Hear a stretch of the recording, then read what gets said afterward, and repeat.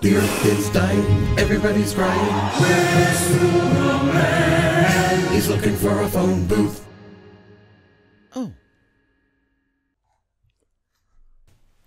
Bonjour.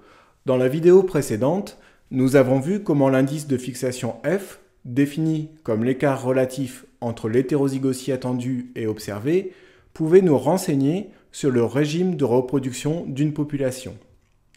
Nous allons voir maintenant comment cet indicateur peut être généralisé au cas où la population considérée est structurée en sous-population. Cet indicateur f va être généralisé via le FIS, le FST et le FIT, trois indicateurs souvent regroupés sous le nom de f statistiques.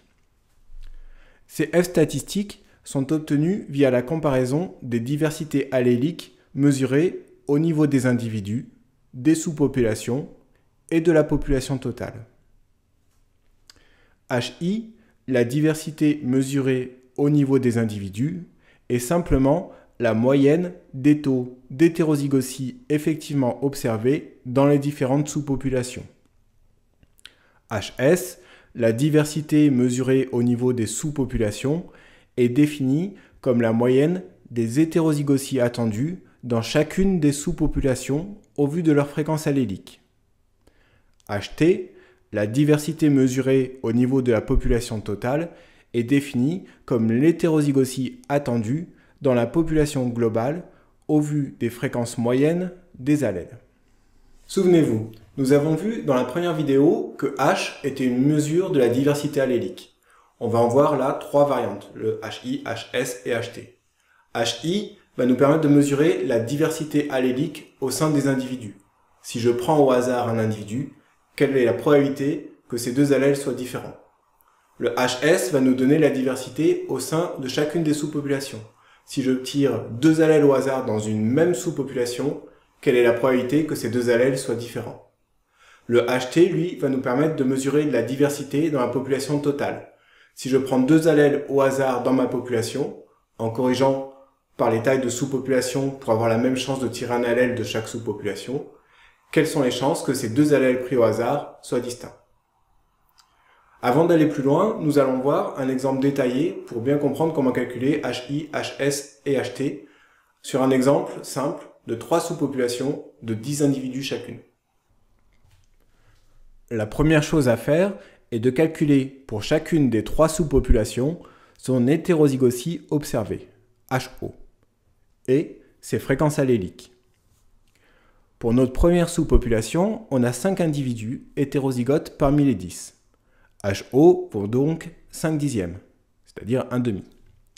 L'allèle rouge est présent 9 fois parmi les 20 allèles. Il a donc une fréquence P de 9 vingtièmes, et la fréquence de l'allèle bleu est son complément, c'est-à-dire 11 vingtièmes.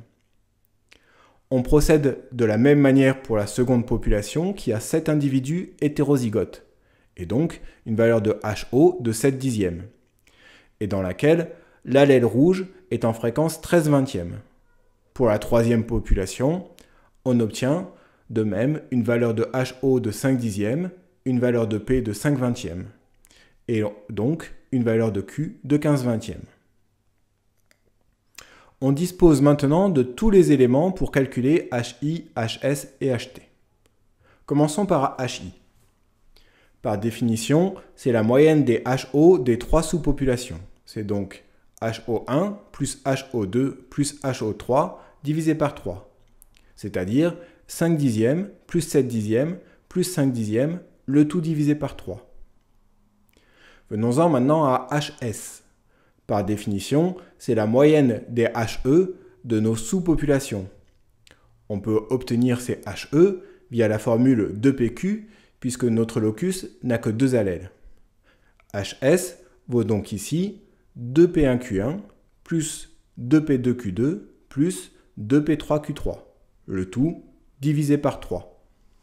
Enfin, pour HT, qui par définition est l'hétérozygosie attendue au vu des moyennes des fréquences alléliques de nos sous-populations, il nous faut commencer par calculer ces fréquences moyennes.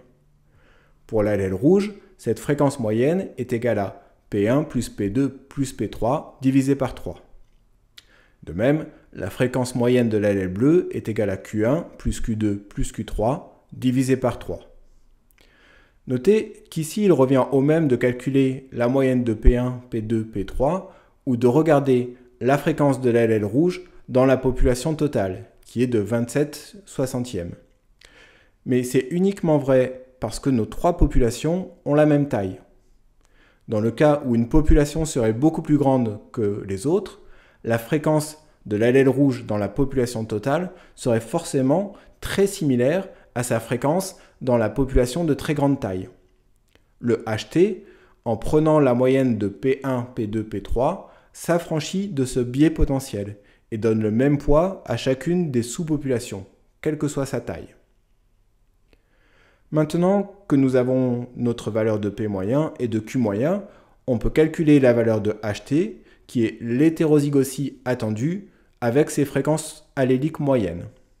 On utilise donc la même formule que d'habitude, c'est-à-dire 2P moyen fois Q moyen.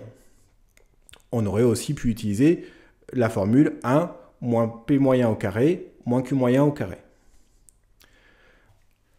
Maintenant que nous avons pris le temps de définir en détail HI, HS et HT, la définition des F statistiques FIS, FST et FIT est immédiate. Le FIS est l'écart relatif entre HS et HI. Le FST est l'écart relatif entre HT et HS. Et le FIT est l'écart relatif entre HT et HI.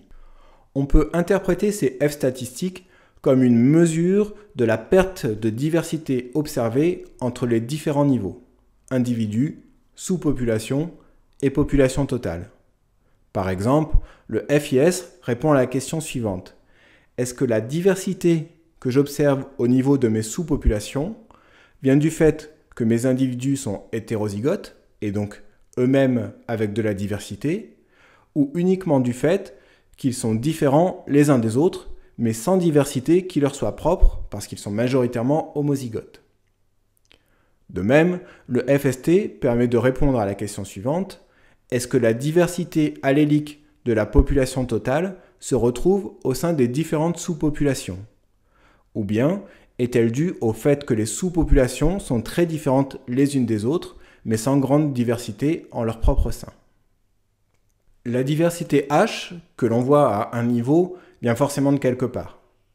Soit elle résulte d'une diversité présente au niveau inférieur, et dans ce cas, la valeur de la F statistique est proche de 0, voire négative dans des cas relativement rares, soit elle résulte d'une diversité entre les éléments du niveau inférieur, et dans ce cas, la valeur de la F statistique sera proche de 1. Pour mieux comprendre ce principe, nous allons regarder quelques exemples en détail, en commençant par le FIS.